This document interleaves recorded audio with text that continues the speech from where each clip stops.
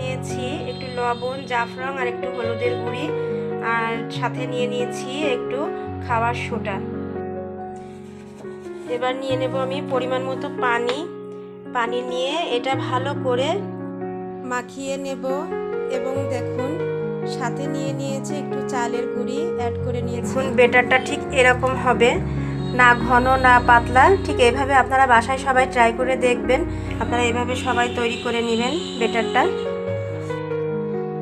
দেখুন বেটারটা ঠিক এরকম ঘন না পাতলা, এরকম মিডিয়াম হবে। এবং আমি এখন বেগুন স্লাইস করে কেটে নেব পিস পিস করে।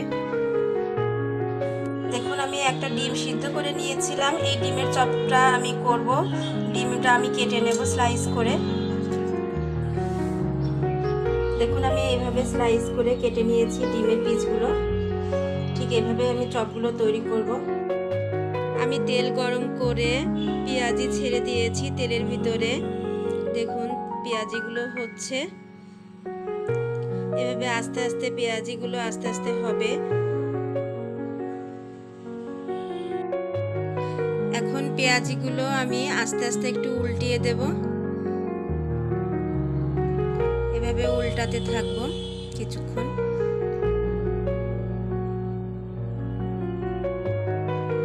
আমি আপনাদের পেঁয়াজি বানানোর রেসিপিটা পরে দেখাবো, কিভাবে পেঁয়াজি তৈরি করে, কিভাবে পেঁয়াজির বাটারটা তৈরি করে।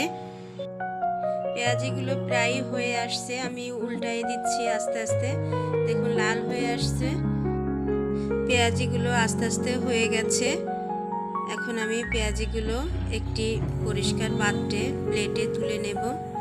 দেখুন কত সুন্দর মচমচে হয়েছে পেঁয়াজিগুলো, দেখতেও অনেক সুন্দর হয়েছে। আপনারা বাসায় সবাই এভাবে পেঁয়াজি ট্রাই করে দেখবেন।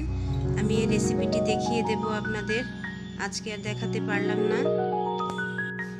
এবার আমি বেগুন স্লাইস করে রেখেছিলাম, সেই বেগুন এক এক করে আমি ডুবা তেলে ছেড়ে দেব বেসনে ভিজিয়ে। দেখুন বেসনটা খুব সুন্দর করে মাখিয়ে এক এক করে আমি বেগুনিগুলো ছেড়ে দিচ্ছি।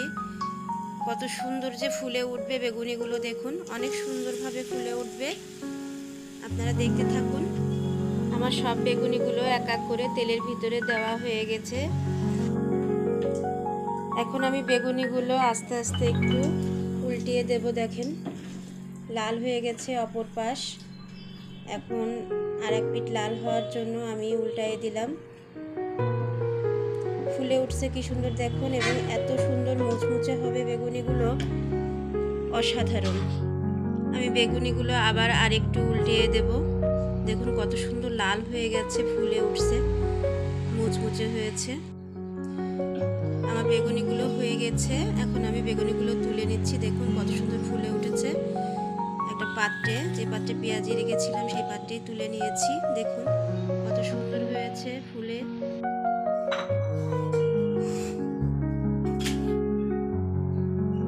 আমি এবার যে ডিমগুলো স্লাইস করে রেখেছিলাম সেই ডিম আমি বেসনের ভিতরে ভিজিয়ে ডুবা তেলে এক এক করে সবগুলোই ছেড়ে দিচ্ছি। দেখুন এভাবে আমি ডিমগুলো চপ তৈরি করে নিব। ডিমগুলো অপর পিঠে লাল হয়ে এসেছে, আমি এখন উল্টায় দিচ্ছি। দেখেন ফুলে উঠছে অনেক, কত সুন্দর ফুলে উঠছে ডিমগুলো। এভাবে আপনারা বাসায় ডিমের চপ তৈরি করে নেবেন।